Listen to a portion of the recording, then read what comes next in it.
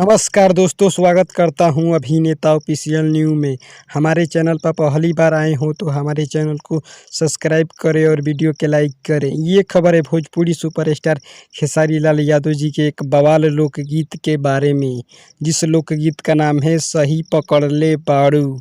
जी हाँ दोस्तों, जिस लोकगीत का नाम है सही पकड़ ले बाड़ू, इस गाने को लिखे हैं आज़ाद सिंह और म्यूजिक दिए हैं ओम झा जी। जी हाँ दोस्तों, इस गाने को लिखे हैं आज़ाद सिंह और म्यूजिक दिए हैं ओम झा जी और गाए हैं खेसारी लाल यादव जी और हनी बी। जी हाँ दोस्तों, खेसारी लाल यादव जी और हनी बी इस गाने को गाए हैं।